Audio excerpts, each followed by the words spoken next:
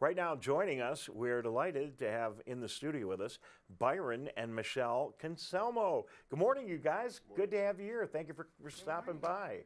We love any chance we can meet up with you. Well, we don't get a chance to have visitors in our studio very often, so it's awful good to have you here. Thanks. Thank you very much. Thanks for having us. So Byron and Michelle, other tthan being good friends of mine, which ain't easy, let's be honest, Byron and Michelle are amazing musicians. They have a big show coming up, and it is the Byron Cancelmo Legacy Show, and Byron will be performing the voices of Tom Jones, Neil Diamond, Elvis, and then Michelle does the most amazing Karen Carpenter. You get rid of the blonde hair and you've got a black wig, and you just like magically turn in to Karen Carpenter. And Michelle, that can't be easy because of just the tonal range that made Karen Carpenter famous, just being able to get into the lower tones in the lower part of the range. It's true. I mean, that is where my comfort zone is, so I'm lucky in that sense. But yeah, I mean, to compare to her, it's not easy. So. Is I mean, you must like her music, or you wouldn't. I love her music. You wouldn't be doing that. I grew up with it. So. Yeah, me too. And so it's so fun to see you do what you do. And Byron, it's so much fun to watch you sing the songs that you grew up with and you love from the artists we just mentioned. Mm-hmm. So tell me, how did you decide to get into this and performing these classic songs and pick the artists that you really like? Well, there was a singing contest at Oakland Mall in 2014. My sister from Massachusetts found out about it somehow on social media, and I went there and I sang a song, and I was in the contest, and throughout it was a couple-month contest, and I ended up winning the whole competition. And the coaches that put it on asked me if I knew any Tom Jones or if I could sing Elvis. That my voice, my tonal range is in that wheelhouse. So they introduced some songs to me. I sang them in the studio, and they loved it. They wanted to put me on American Idol and do all kinds of stuff like that, or not American Idol, but America's Got Talent. And, right. But with work, with family, with responsibilities, it's just. I'm happy at home. I'm happy with my current situation. Singing is sort of a passion. It's fun. But I love the idea of creating a show locally because no one around here was doing anything like that. There's plenty of Elvis impersonators, but rather than impersonate, I would just sing and create the impression of Tom Jones, Engelbert, Neil Diamond, these characters. But as you sing and study these guys, you somehow sort of channel their performances. Actually kind of you organically perform like them as you're singing like them. It's my own voice, but there's nuances in there. But it was so much fun and joy. I ended up putting a 12-piece band together.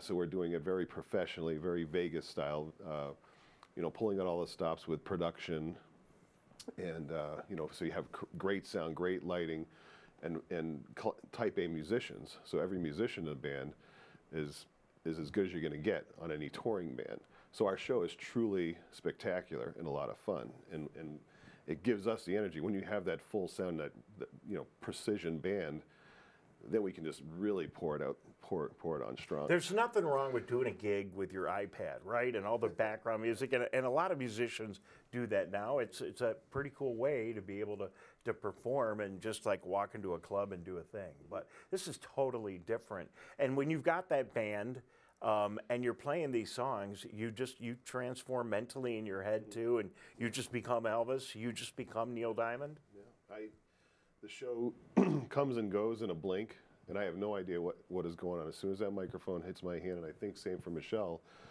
the performance takes over, and I don't know. It's just I wasn't convinced that the nerves go away. I wasn't convinced with Michelle, and then when she got into Nancy Sinatra and did "His Boots Are Made for Walking," and then just kind of took over. You must have loved that song. I mean, that's like you're Nancy Sinatra when you're doing that. Yeah, that one was fun, and everyone really seems to enjoy that one. They get into it. I have people sometimes show up with boots and want to get up and dance and sing with me because, you know, it's just one of those fun ones that everyone knows. And this is a great West Bloomfield story because you guys live in West Bloomfield. You've raised your family here in West Bloomfield, put 2 daughters through West Bloomfield schools. They're through college now and doing their thing. And you've had to balance all that. But in addition, Byron, I think one of the things that makes you guys special is that you can play the music, but you're a promoter too. You can put all this together, and we've really enjoyed seeing some of these events. Now, this event isn't in Keego Harbor at Santia, but you've done a lot of events right here in our community. Right. So I would team up with Santia Banquet Hall. Our daughter, you mentioned, one of our daughters was danced, and actually when Shannon's Dance Academy in Keego Harbor first opened their doors, Celia was 2 and began dancing there. So I've had Shannon's Dance Academy dancers perform to Boots Are Made for Walking, you know, dance along with Michelle singing to kind of give that retro feel. So I like to bring in our community a little bit. The chorale section of West Bloomfield High School I've had come in on a number of shows and perform either Christmas concerts or actually sing background vocals in big patriotic songs such as Coming to America or God Bless the USA, I think that's the name. Sure. And Cheryl Hoke, as it turns out, the music director for the chorale, you know, we've enjoyed her company, and she's been, you know, heavily engaged and a big promoter herself of what we're doing. She is now a backing vocalist in our group, and we're going to. So she'll be at this concert that we're going to talk. Yeah. That's amazing. But you know, the story kind of ends April 14th because it's going to be our last show. Okay. So we did a show in, I think it was, when was our last show on the west side? Was it August or something like that? So we did a show at Keego Harbor Santia ending the west side show, and then we're doing our final one on the east side, and it's 3/4 sold out, and we've got 2 more months left, so it's very exciting. Little surprises people haven't seen before. Yeah, so Michelle and I are both 55 this year, and it's our 30th year anniversary. You're just getting started. Come on, getting started. You know, look, Byron, the Who did this last show tour. Rod Stewart did the last show tour. Yeah. But I get it. I'm not going to beat you up about that today. But no, I mean, at some point it does become, you got other things you want to do in your life. I do have, you know, we talked about day jobs. So I took on a new job, which is, you know, I've been in the HVAC rental emergency business for 20 years. And I just took on a new job, which has amplified my responsibilities even more. Far more transactions. It could be a Friday night call, Saturday night call, and I can't be on stage and worrying about, you know, taking care of a customer or a hospital that might be down or losing their cooling and just to fill in for our audience, in your day job, you really bailed us out because it was your company when the air conditioning system fell apart at the West Bloomfield Township Library. Yeah. You came in and brought these massive temporary air conditioners in to, you know, so it's good to have you in our community. There. The chiller is actually still there. You're still using it? Starting it up in April because, you know, supply chain issues. And that's, so more now than ever, it's so important that someone like me is out there. There's other companies that do what I do, but because they're not getting their new equipment installed in their buildings, when they go to do startups, they have to rent. So the business is very busy, and you have to have the right mindset. You have to understand the challenges. You have to understand how to simulate a business's permanent HVAC system with a rental and make it seem like nothing happened for like the workers, the people that are running their day-to-day business. So, well, I'll tell our audience that you guys, I follow you on Facebook because a lot of your personal friends and fans do, and you know, you never know when you're just going to break out in the basement and get out your music, your instruments, and go live on Facebook. So, you know, maybe you'll still be able to do that after this big show. 100%. All our big gear is down in our basement, so we make a lot of noise down there. All right. I'm not going to tell people exactly where you live in West Bloomfield, but I'm sure your neighbors already know really well where you are. You know, you talk about some of the things you've done in the community. You mentioned some of the shows. One of the ones that stands out is you guys performed at the very first food truck rally that we held at Orchard Mall. That was a great event on stage, lots of people there. And, you know, every time that there's been some opportunity for something surrounding live music in the community, you've been there for the community. So it's fun. It's got to be fun to perform around family, friends, your daughter's right, you know, a half mile from where you live. Yeah, oh yeah. This was the first year that we didn't do casino night as well for Right. the schools. Right. So, you know, it's really good to have you here. I'm really excited. Tell people about your show. We've got some art here we can put up on the screen.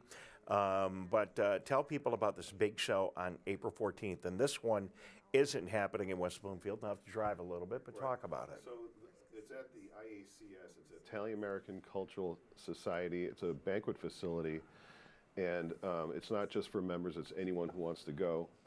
The tickets are available at a link. It's IACS April 14th.eventbrite.com. Okay, we'll say that again in a minute because that was a lot. But go ahead. Where people are going, we'll put it back up on the screen so people can see it. I haven't seen a show sell so quickly before. We have, it's a 330 capacity room, and we want to make sure we limit the space. So during the show, people like to back out their chairs, turn and watch the show. And in doing so, there's traffic. You can't go, in and out. Right. The men's room or whatever, the restroom. So we limit it to 330. We're at about 280 now, and the show is 2 months away. So it will sell out. So if there's any neighbors, anyone in the West Bloomfield area that hadn't seen the show or curious, now is the time to do it. Every seat's going to be great, and we're going to have incredible sound production, video production. I know that you'll be there. Yeah, well, that's why we're getting together, because we're going to go walk over while we're going to drive over and go check it out to make sure we get a really good video and all the production is right. It's a dinner show, so there'll be family-style Italian food. They're known for their Italian food, so but there'll be something for everyone. So if you're gluten-free, you'll have gluten-free choices. But it's always delicious. Everyone raves about the music, and the entertainment's going to be off the hook. We're going to be running on all cylinders. The band's super excited. We do have some surprise guests that'll be attending. It's just going to be a locomotive. Come on, you can tell us, right? No one's watching. No one's going to know. So. No, it'll be great. We're really looking forward to it. So it's going to be Friday, April 14th. And tickets are $65 a person, but that includes a show, that includes a meal, that's the whole thing. And you can go to the Eventbrite site. We'll put the poster up one more time. It's got the URL. And I think if I scroll up the page here a little bit, I'll do that. There's the QR code, right? So if you're watching, you can just hit that QR code with your phone, and then you don't have to worry about it. If you're listening on the radio, what you need to do right now is pull over to the side of Walnut Lake Road or Orchard Lake Road. Don't try to write this down while you're driving. I'll give this to you real slow. It's IACS April 14.eventbrite.com. Everyone knows eventbrite.com. You get the tickets right there. Do you like performing in a dinner theater setting? Because you've done a lot of these dinner theater shows. Yeah, I would say, we've played at bars, but a dinner show, that's the purpose of you being there. When you go to a concert, a ballet, you're there, you want to be entertained, and the people on stage want to entertain you. They don't want to see people kind of looking over and having conversations or walking in and out, a mix. It's a concentrated visual for both us as performers. We get a lot of energy off people that are having a good time when they're showing that they're having a good time, and we just keep it just keeps us energized. Talk about the connection that people have to this era of music. We've had obviously the Elvis movie come out, right? When I first started watching your show, I wasn't a big fan of Tom Jones. I didn't really know his library. But you get up and you start doing those songs, and everyone's singing along with every word. Talk about the connection that people still have to these artists. Well, one of the things, Tom Jones, back in the 60s, the early 60s, he was into blues. And when he started singing big ballads and pops, it wasn't until It's Not Unusual that he became famous, because it's sort of a poppy tune. Sure. And so they kind of stuck to that genre. He's never written a song in his life other than Currently. So it was all those popular songs that other artists had sang that he did incredibly well with his own big, powerful voice, his baritone, near operatic ranges. Right. And a lot of his library includes several catchy songs like She's a Lady, Delilah, I Who Have Nothing, of course, It's Not Unusual, Love Me Tonight, Help Yourself. These are songs that are a lot of fun that I didn't even realize And we're then you out there. shift over to Neil Diamond, who Yeah. did write all of his library and half of everybody else's library. Yeah.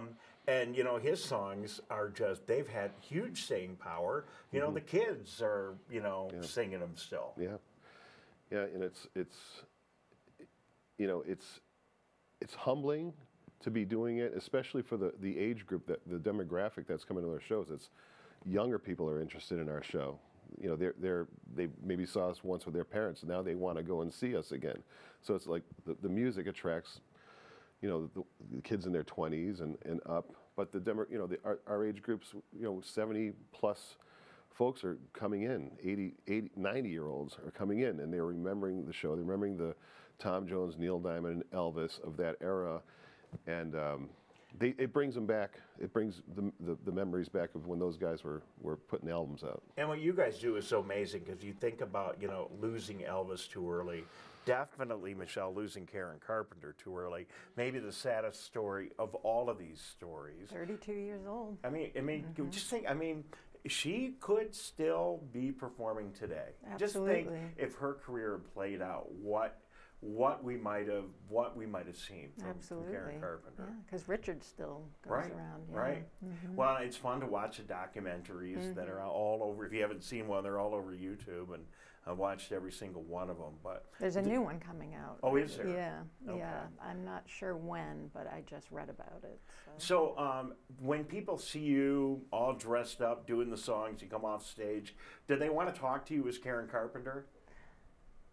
Maybe not. Well, I think most people who know me are just more fascinated with that I'm not blonde and I'm wearing a wig, because it is a little like, whoa, big change. It is a transformation. I love your Neil Diamond, but what's your favorite to perform? Do you have one, or do you like them all? I love some of the big ballad Tom Jones songs that I sing, because it's like when you're working out and you're like running as fast as you can. You're going through that finish line. When you're doing a crescendo or holding a long note, and you're controlling that air, there's something fulfilling and fun about it. It's a joy. But the words, the messages of the song, I'm singing what the song is about, and then when you get into those emotional vocal, and it's also big air, big, Sure. It's physically laborsome to do it. It's exhilarating. It's just so much fun. It's like my drug. All right. Well, if you haven't seen these two on stage, they say this is it, so I'll take them at their word. If you haven't seen these two on stage, don't miss this opportunity. It's going to be a great show. I'll be there, no question about it. We'll try to capture it on video, but you want to be there in person. I've seen the show with the band. The band is great. It's a lot of fun. I know you're going to enjoy it. Mark your calendar, Friday, April 14th, West Bloomfield Zone, Michelle and Byron Cancelmo, and the Byron Cancelmo Legacy Show coming up. And tickets available, again, one more time, IACS, April 14.eventbrite.com. You're going to want to see it. And two great people. Thanks for everything you do for our community. Good to have you here, Byron and Michelle. Hey, that's going to be it for today. Thank you for tuning into The Splash. We'll be back bright and early tomorrow morning. Tyler Keefe is standing by, and he, of course, will have the Michigan MegaCast, all part of an hour and a half of live local programming each and every day right here on your hometown channels. Thank you very much. Have a great day. Dave Scott.